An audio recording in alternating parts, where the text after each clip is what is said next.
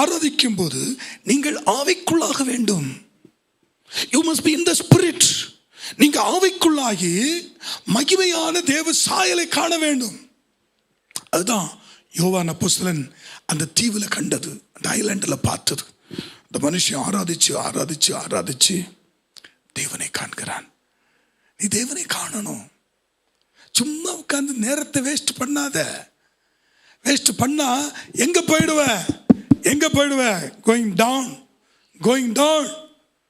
வாழ்க்கையில் சில சொல்லுவாங்க, சில கர்த்தருடைய பிள்ளைகள் சொல்லுவாங்க, என்னது ஜான் ஏறினா முளை சறுக்குதுன்னுவாங்க.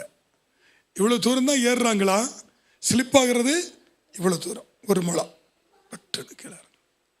ஏன் நீ ஆசீர்வதிக்கப்படலை? ஏன் நீ உயர்த்தப்படலை? ஏன் நீ மேன்மையடையலை? துதியை விட்டு விட்டாய், ஆராதனையை விட்டு விட்டாய், தேவ சமூகத்தில் பாடி மகிழ்ந்து தேவனோடு உறவாடுகிறதை விட்டு விட்டாய். விட்டாதே. அல்லேலூயா. தேவ சமூகத்தை சத்தமோ ஆராதிக்கலாம், சத்தம் இல்லாமலும் ஆராதிக்கலாம். ஆனால் வசனம் என்ன சொல்லுது?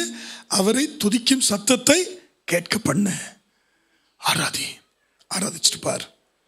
தேவன் உன்னோடு பேசுவார், உன்னோடு உறவாடுவார், உன்னுடைய காரியத்தை குறித்து சொல்லுவார், உன்னோடு இடைபடுவார்.